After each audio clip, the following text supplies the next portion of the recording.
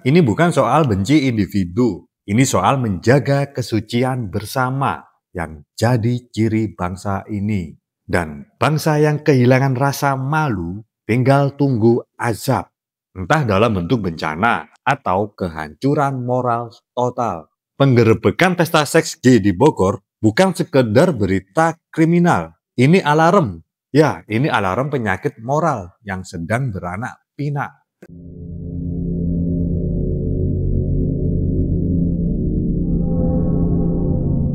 Bayangin, malam di Bogor yang mestinya adem, kota yang suasananya sejuk, kota masjid, kota yang kalau sore anginnya masih bisa kita mikir, hidup ini indah. Tiba-tiba diguncang kabar, polisi grebek pesta seks gay di hotel mewah.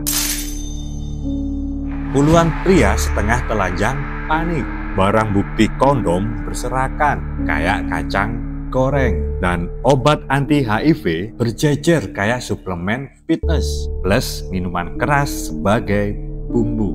Dan bagi masyarakat Indonesia yang menjunjung tinggi nilai agama dan budaya, kejadian ini bukan sekedar pelanggaran norma, tapi penyakit sosial yang menggerogoti moral bangsa. Dengan suasana yang santai, mari kita bongkar kronologi kasus ini. Mulai dari hukum yang berlaku dan kenapa perilaku menyimpang semacam ini harus segera diberantas. Bersama aku, Derio WB. Masih bareng Zona Kriminal.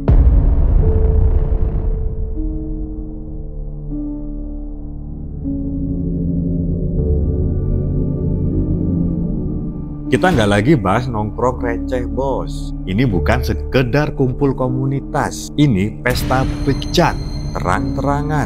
Di kota yang punya lebih banyak masjid daripada kafe. Dan ironisnya, berita ini kayak lewat begitu aja. Sesaat bikin heboh, terus hilang ditelan trending baru. Tapi untungnya, masih ada kita, bos, Zona Kriminal, yang akan mengangkat kembali kisah yang nggak boleh terabaikan ini. Padahal ya, kalau kita mau jujur, ini bukan cuma soal mereka, ini soal kita. Soal gimana penyakit sosial model-model kayak gini berpotensi tumbuh subur. Sementara kita yang lebih sibuk update story dengan joget-joget gemes daripada mikir moral bangsa. Semuanya bermula dari laporan warga yang curiga. Katanya ada kegiatan aneh di sebuah hotel di kawasan Bogor. Entah siapa yang iseng, tapi katanya undangan pesta ini disebar melalui grup-grup WhatsApp dan aplikasi-aplikasi khusus. Tentu dengan kode-kode yang ala-ala acara eksklusif. Tapi ini Bogor, bos. Bukan kota mabuk bebas macam di film-film Hollywood. Polisi gerak cepat bersama petugas hotel. Mereka menyebut kamar connecting room yang jadi lokasi pesta. Bayangkan pemandangan saat itu ya. Pintu dibuka, lampu dinyalain, dan viola. Puluhan pria yang beberapa cuma pakai handuk panik bukan main.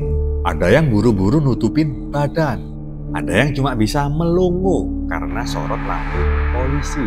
Barang bukti, jangan tanya, alat kontrasepsi, obat anti HIV, sampai minuman keras berserakan. Ini bukan sekedar kumpul-kumpul biasa ya. Ini level pesta bebas yang bikin alis orang normal naik sampai ubun-ubun. Tapi sayangnya kehebohan ini sempat dibumbui drama salah video. Beredar rekaman penggerebekan yang ternyata dari kasus serupa, tapi bukan di Bogor, di Kuningan, Jakarta Selatan.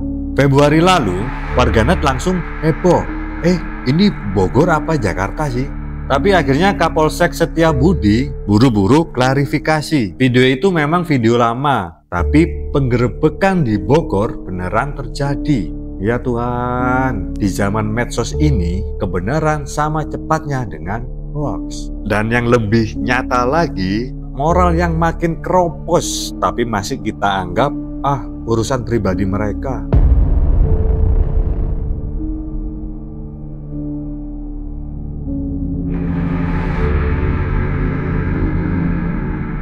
Polisi nggak main-main.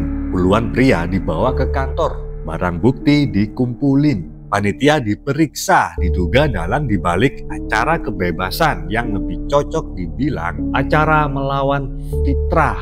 Tapi disinilah tragedinya bisa berubah jadi komedi. Hukum kita masih ompong kalau udah nyenggol LGBT dewasa. Di Indonesia, hukum yang mengatur aktivitas terkait LGBT tidak secara eksplisit mengkriminalisasi homoseksualitas. Di pasal 292 KUHP hanya melarang perbuatan cabul sesama jenis yang melibatkan anak di bawah umur dengan ancaman hukuman maksimal 5 tahun penjara.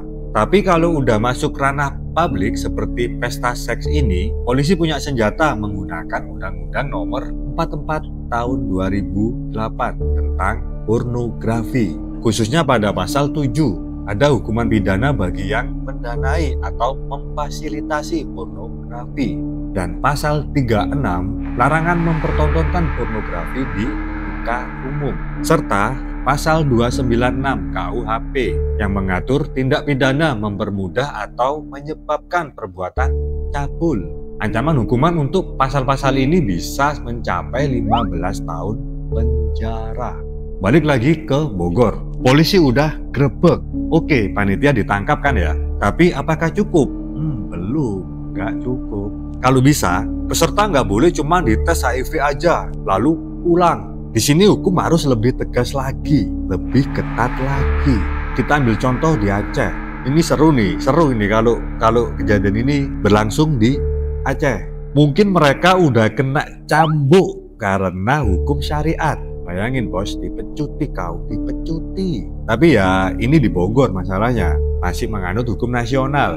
Dan itu gak seketat yang dibayangkan. Ironis bukan? Di satu sisi, masyarakat teriak penyimpangan harus dihentikan. Dan di sisi lain, hukumnya sendiri kayak, tunggu dulu. Kita cuma bisa nangkep kalau ada pornografi atau anak di bawah umur.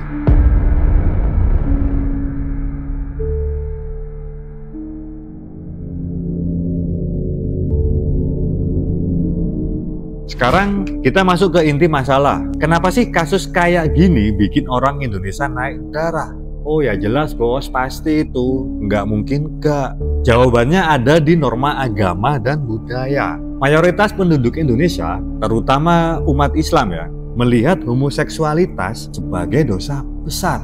Dalam Islam, kisah Nabi Nuh alaihissalam dan kaumnya sering dijadikan cermin. Peradaban hancur karena masyarakatnya terjerumus dalam penyimpangan moral, termasuk perilaku penyimpangan seksual yang dianggap melampaui batas. Di Al-Quran itu jelas-jelas ya, di surat Al-A'raf ayat 80-84 bercerita soal kaum Lut yang dihukum karena praktek homoseksual. Bagi banyak orang, pesta seks gay di Bogor ini bukan cuma pelanggaran norma, tapi alarm bahaya bahwa peradaban Indonesia sedang di ujung tanduk. Sering banget ada yang teriak, ini hak asasi, privasi dong. Gini bos, gini ya, gini. Hak asasi itu memang ada, tapi ada juga hak publik. Hak anak-anak kita buat tumbuh di lingkungan yang nggak menormalisasi penyimpangan. Catat, pesta seks gay itu bukan lagi soal cinta siapa ke siapa. Ini bukan soal perasaan, ini soal peradaban yang terancam ambruk karena kebablasan yang dikemas pakai istilah kebebasan. Karena kalau satu generasi cuek, generasi berikutnya bakal nganggep, oh ini normal ya, seru dong malah. Dari situlah masyarakat bisa retak, keluarga hancur, moral kolektif luntur, dan bencana baik sosial atau yang lebih tinggi tinggal tunggu tanggal main. Paling gak enaknya tuh kalau kita-kita yang normal ini jadi ikut ngerasain bencana gara-gara kalian-kalian yang melakukan penyimpangan. Dan sampai video ini terposting, kasus Bogor masih diselidiki. Polisi lagi sibuk periksa barang bukti dan interogasi panitia. Biarkan hukum bekerja. Aku ingatkan kembali nih, dalam sejarah Islam, kisah kaum Lut jadi pengingat paling keras. Mereka nggak dihancurkan karena cuma sekali dua kali berbuat dosa, Mereka dimusnahkan karena membiarkan dosa jadi budaya. Kita suka bilang itu zaman dulu bro, tapi nilai moral itu nggak punya masa kadaluarsa bos.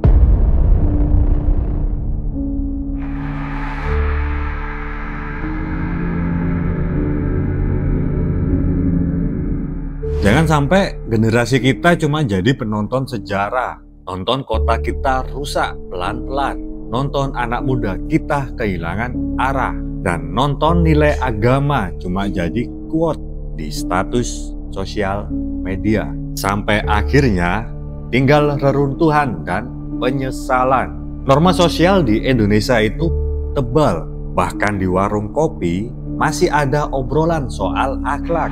Namun di sisi lain, kita ngaku religius, tapi cuma keras di sosial media. Ironis banget kan?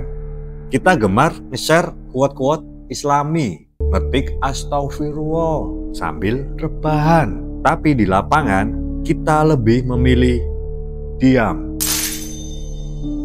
Padahal penyakit sosial kayak gini nggak akan bisa sembuh sendiri. Butuh sikap tegas, hukum lebih keras, dan kita sebagai masyarakat nggak cuma jadi komentator. Yang lebih lucu, banyak yang teriak anti LGBT, tapi kalau ada artis dan influencer yang gembar-gembor teriak soal kebebasan berekspresi, tiba-tiba pada diem. Jadi, teriakanmu yang anti LGBT itu masih kalah lantang dengan teriakan kebebasan berekspresi dalam konteks LGBT yang kembali lagi perlu kita ingatkan, kebebasan bukan kebablasan. Dan di penyimpangan lain ada istilah waria yang kadang masih diterima sebagai realitas sosial, apalagi kalau niatnya kerja halal. Karena di sisi lain, waria yang notabene-nya bagian dari spektrum gender non-biner kadang masih diterima di budaya lokal, asal nggak kebablasan. Ini kayak bilang, boleh jadi waria, tapi jangan gay. Agak munafik sih ya sebenarnya. Iya nggak sih? Tapi balik lagi ke pesta seks gay yang tadi ya. Itu memang sudah bener-bener kelewatan bos, lewat jauh. Jauh dari batas wajar.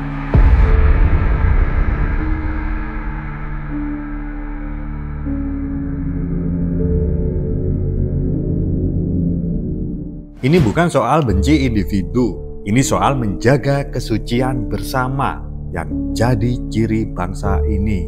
Dan bangsa yang kehilangan rasa malu tinggal tunggu azab, entah dalam bentuk bencana atau kehancuran moral total. Penggerebekan pesta seks gay di Bogor bukan sekedar berita kriminal, ini alarm. Ya, ini alarm penyakit moral yang sedang beranak pinak. Ini bukan cuma soal polisi nangkep puluhan pria. Ini cerminan betapa rapuhnya keseimbangan antara norma agama, hukum, dan realitas sosial di Indonesia. Sekali lagi.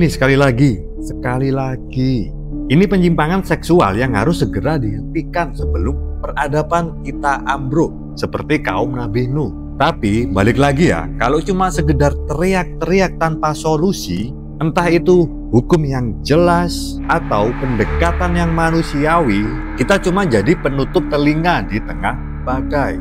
Pemerintah, polisi, dan masyarakat harus duduk secara bareng. Bukan cuma buat nangkep, tapi buat cari jalan keluar yang nggak cuma bikin heboh, tapi bener-bener bikin perubahan. Kalau enggak ya siap-siap aja dengar kabar penggerebekan di kota-kota berikutnya. Kita mesti berani bersuara, nggak boleh tinggal diam. Karena kaum Lut pun pernah diam, dan mereka habis, binasa, musnah.